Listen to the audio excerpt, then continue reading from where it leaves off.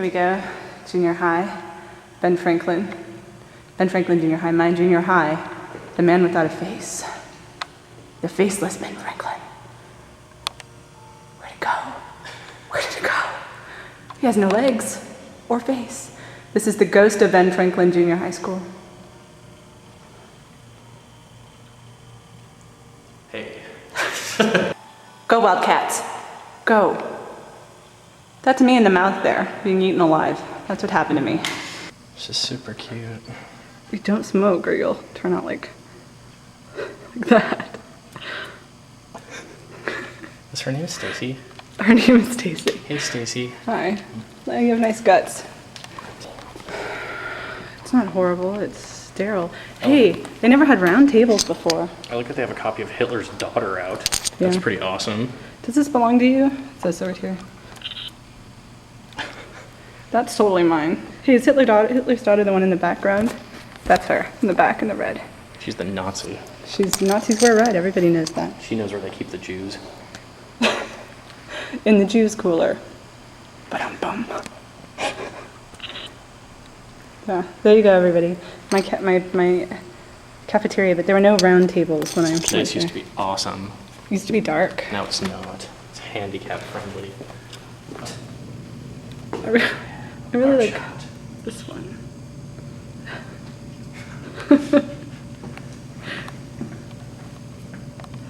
Don't touch the art. It's got real eyes. That's a person in there. Yeah. Don't say, what is it? Bloody Mary around it. Oh yeah. Don't say Bloody Mary. 3 times. 2 is okay. 2's okay. She won't stab you then. No. She wants to, but she can't come out. She'll just cut you. I'm going to be right there. Or there. Or there. Wherever they put the podium. So it's just going to be a mic stand? It's going to be horrible. I want a podium. Right, a band, a podium. That looks like a podium up there, off to the side. Or is it a sign? I saw the sign. It's totally a podium. Yeah. Good. Looks like there might be some boogie woogie on the piano too. I hope so.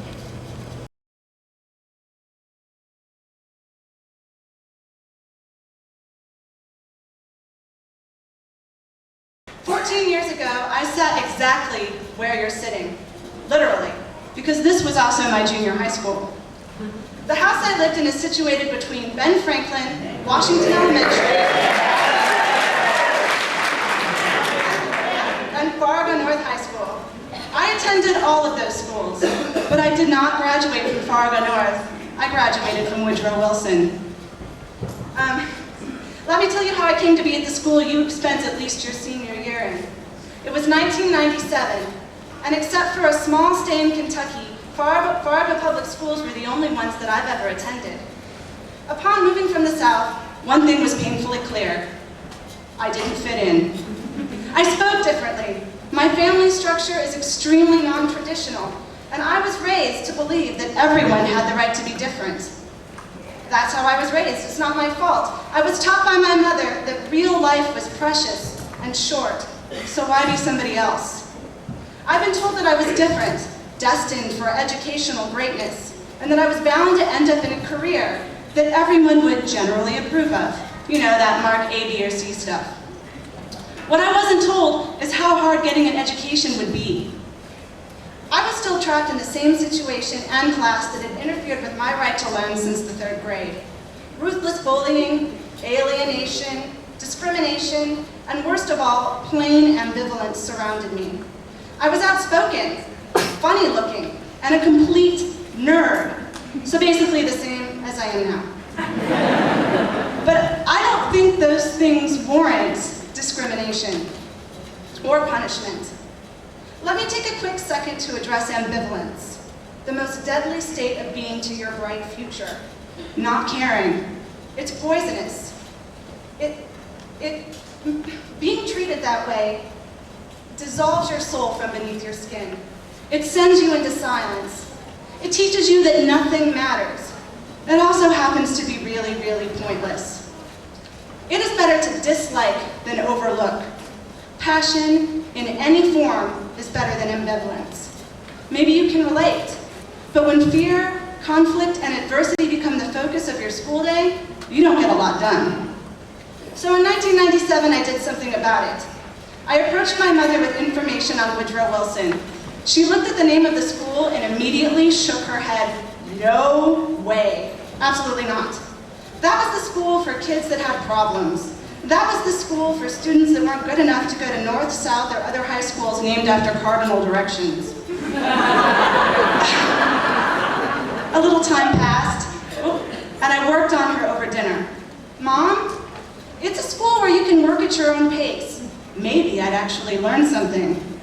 Mom, I've met a couple of teachers, and I really like them. They don't look at me like I'm insane. They look at me like, honey, we've seen it all before. Mom, they force students to be accountable. You know how much you like accountable. This went on and on. Finally, I found the comment to sway the argument. Mom, that school isn't just for kids who can't cut it in other places. It's a school of choices, and I want choices. That was it. No matter what she thought, my mother always wanted me to choose. Not to mention that for various reasons, I wasn't cutting it at other schools. I made a choice, and choosing has been the highlight of my life. It only took a week before my mother was singing the praises of Woodrow Wilson High School and the faculty members that drug me up from the mathless abyss I was doomed to. It was people like Alan, and his kindness and his strength and his moments of sternness. It was Cindy. Oh, Cindy. There is a person whose humor and intelligence are only matched by her quirkiness. A quirkiness I am extremely fond of. The teachers here stood behind me, supported me, made me work, made me think, and never ever made me feel like I didn't belong. It was a home for me. Woodrow Wilson is a shelter, and it stands as a symbol of opportunity to so many students in need of an education. People's lives are better for attending this school, and I will be grateful forever. Now let me ask you something. How did you get here? Was it hard? Were the odds stacked against you? Was there doubt? Do your friends and family support you, or did you have to do this difficult thing all on your own? Maybe it was easy. Maybe school comes really naturally to you and you love nothing more than reading textbooks and taking tests. Me too. But it doesn't matter. All of you in this room are equal in the eyes of education right now. No matter how high you climb the ladder of success, in this instance, you are graced with the largest gift of your life, the most precious asset a human being can have: choice, opportunity. Everything is laid mysteriously before you and just waiting for you to sweep off the leaves and seize it. Quotes are really popular in these kinds of speeches, so I'm going to use my favorite one. Life is a banquet, and most poor suckers are starving to death. That's from a movie called Anti-Mame, and if you haven't seen it, you really should. So yeah, choosing. Mame Dennis lived the dream. You can too. I am not and never will be interested in a conventional career. I'm a writer, which means in the eyes of the world that I'm only as successful as how recently I was published. But that doesn't mean anything. I've never compromised the choices I've been given. I've never quit on the things and the people that I am passionate about. And whether you're going to be a doctor, a lawyer, or a teacher, or invent a new occupation, for example, there's a scientist that made his living tickling rats. Don't compromise the things that move you. We have one life, we have one future, and you have one chance to leave your immortal mark on the world. So make it big. Congratulations, class of 2008.